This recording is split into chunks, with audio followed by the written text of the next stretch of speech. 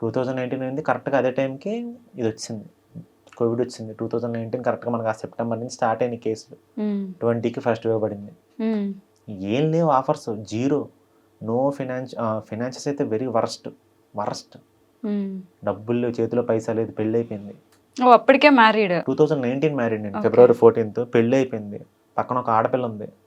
వాళ్ళ తల్లిదండ్రులు ఉన్నారు. హైదరాబాద్‌లో ఉన్నాను. కోవిడ్ ఉంది. చేతిలో పైసా లేదు. ఎట్లా చూసుకోవాలి ఆడపిల్లని? నన్ను నమ్ముకొని వచ్చిన ఒక ఆడపిల్ల. ఒక మంచి అమ్మాయి.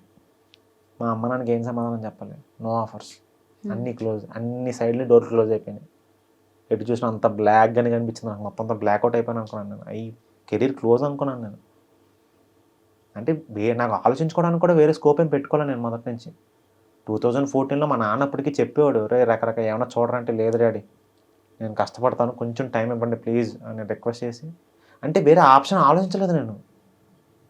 అంటే ఇప్పుడు నువ్వు 4 ఆప్షన్లు చూపించట్లేగా ఇందులో అంటే, లేదు నేను 4 ఆప్షన్స్ వీళ్ళు ఒకటే చూపిస్తా.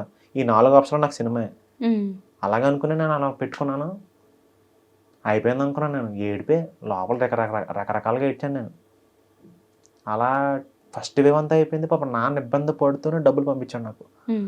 ఈ రోజుకి నేను ఏదన్నా రిగ్రెట్ అవుతున్నానంటే, మా నాన్న నాకు డబ్బులు పంపించడం. నాకు చాలా టార్చర్ పెట్టాను నాన్న నేను. నాకది ఎప్పుడు బాధగా ఉంటది ఎప్పుడు నాకు.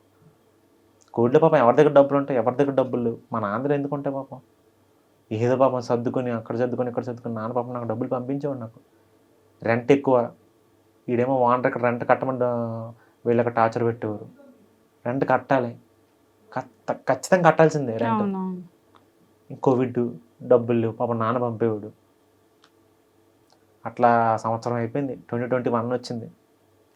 ఏంట్రా బాబు ఈ జీవితం అనుకున్నాను నేను.